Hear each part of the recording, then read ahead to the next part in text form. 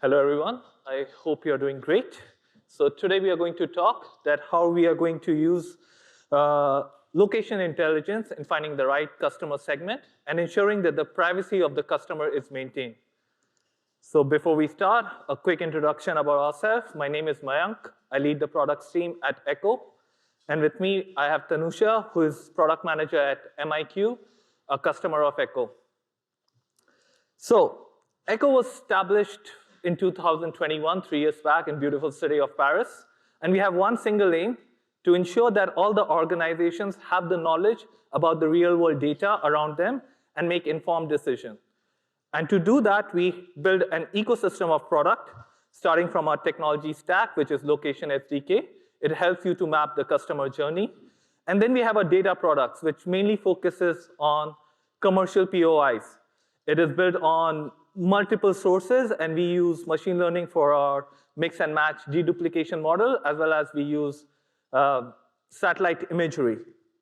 So the way it works on our POIs specifically is we put a confidence score for each attribute and each source. And then these confidence scores is based on relevance, accuracy, freshness, and granularity.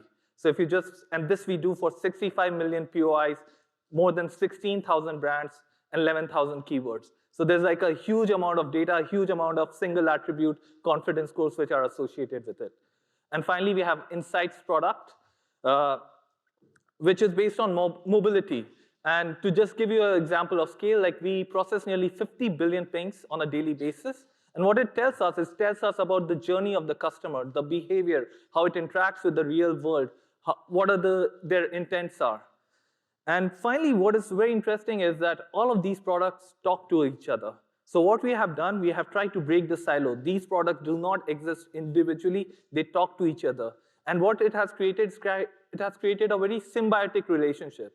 So for example, in Insight, the information from the places and shapes provided context. Our satellite imagery sometimes tells our places product, like, okay, for example, you heard in the morning, like a building is destroyed 6 years. We know it is destroyed because the satellite imagery doesn't capture it.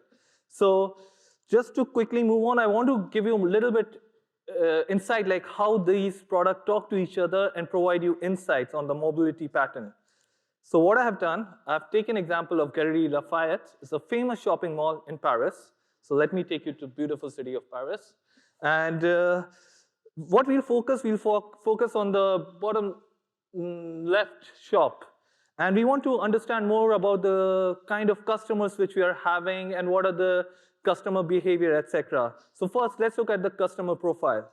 So what you see is you see hexagons. It's an H8 level, so it is very granular. So it is granular enough that you can build insights, but as we say, privacy is our main focus. We do not give individual information. So it is not so granular that your GDPR compliance get affected. So here, for example, it is regarding the work location. You can do it for residents also. So what it tells you, like, okay, how the people are actually visiting the shop. And then we try to understand a little bit more to understand the market penetration, that how people who are visiting these areas are actually coming into the shop. So a little bit of 3D here. So what you can see that each hexagon tells like how many people are actually going into visiting that hexagon versus how many coming to the shop. And this is the first place where your places product is very important, because I need the exact latitude and the longitude, as well as the building footprint to be sure of that information. So for example, now I've got my catchment area built. Let's want to focus on one of them. And then I want to know about the customer interests. And this is where our product GeoPersona comes in, which provides the insight. So how GeoPersona works, it gives insight at a geographical level. So it looks at all the people who have been living and visiting, residing in an area, but it also tries to map it to all the other places they have been visiting.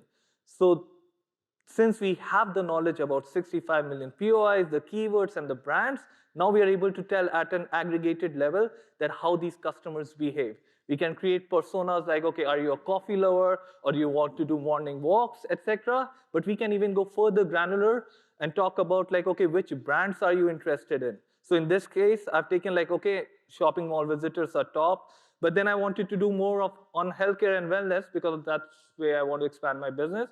And then you can see the top brands which the customer would be interested. So this is just one of the examples which I'm talking about on the retail industry, but this solution expands to multiple industries, whether it take travel and tourism, insurance, AdTech, MarTech. And to do that, now I'll invite Tanusha, who will just walk through one of our products issues. Thank you, Mayank. I feel like I'm very loud, but all right. Again, it's been wonderful to hear about all of the use cases that we can see with geospatial data. And over here, it's an interesting thing where we talk a lot about like insights. We talk about geo-encoding systems, a lot of mention around like, H3, and Google just presented like Earth Engine, and that's been really, really, really fascinating. But because we're at the nascent stages of using geospatial data, I'm going to take it like way back.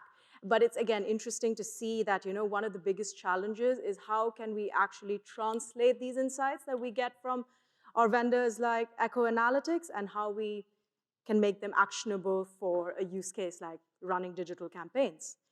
But of course, just a quick introduction, we are MIQ. We're an international programmatic media partner. We rely on data and a lot of human expertise because of these interoperable challenges that we see to be able to target any sort of digital programmatic campaign. So, out of home or like TV, standard display, YouTube channels, so on and so forth. Now, the thing is that with advertising, though, it's one of the most complex systems because, again, we have to work with like real life data.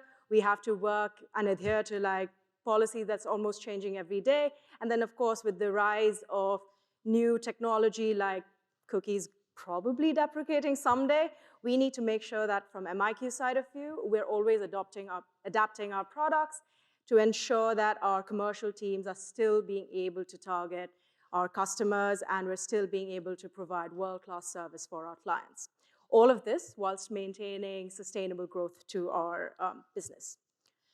One of the ways that we've done that is something that Mobster and Safecraft had also mentioned, but we use a lot of geocontextual data.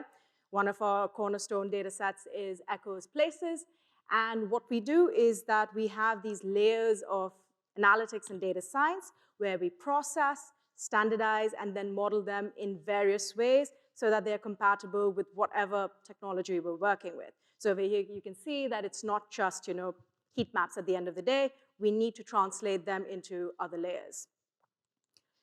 Now, this is a typical day-to-day example that we get, and I've taken this because it's a little tangible. So we have a big brand QSR that wants to target their customers. What they expect from a company like MIQ would be what is the most effective way of targeting these potential customers, and what is their audience makeup. In a typical example like this, like what happens at a traditional agency for now is that they just take place of interest data, that's already available on Google Maps or with licensed partners, and they just use like a fixed catchment area or a radius to target all of the UK. The problem with that is that, the UK is very unique in its geographic distribution. It's like you have London, where people won't even walk, like even to the closest postcode to like get a quick meal. But then that sort of like fixed catchment area changes when you go to the Midlands or to the rural areas. And there was this big talk in the panel where they talked about like, we need to quantify this behavior. We need to go beyond feeling, and that's what we've done over here at MIQ.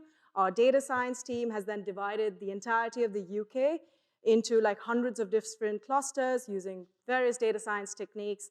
And with that, we have not just added, places data, but, similarity of like audience distributions, mobility behavior, so on and so forth. And we have taken this assumption of how far is a user or a potential customer willing to travel to convert to this particular brand. So you can see from like the data processing layer to the activation layer, we have something that's a little more customized and nuanced for our potential client. And this again changes from like vertical to vertical. And because we take such a custom approach to all of our clients, the question that now we have to ask is that, does this work? And it does. These were some of like our publicized case studies that we showed where we continuously like outperform our client KPIs and benchmarks. And recently, we've also seen really good success in like emerging channels such as connected TV. And hopefully with this, with our continuing partnership with Echo, we will still work on building our cookie-less targeting strategies, even though there was a deadline change from Google. And happy to chat about any more use cases, because I know this is a little less time, but always here. We'll be at the booth and at the after party. Thank you very much for your time.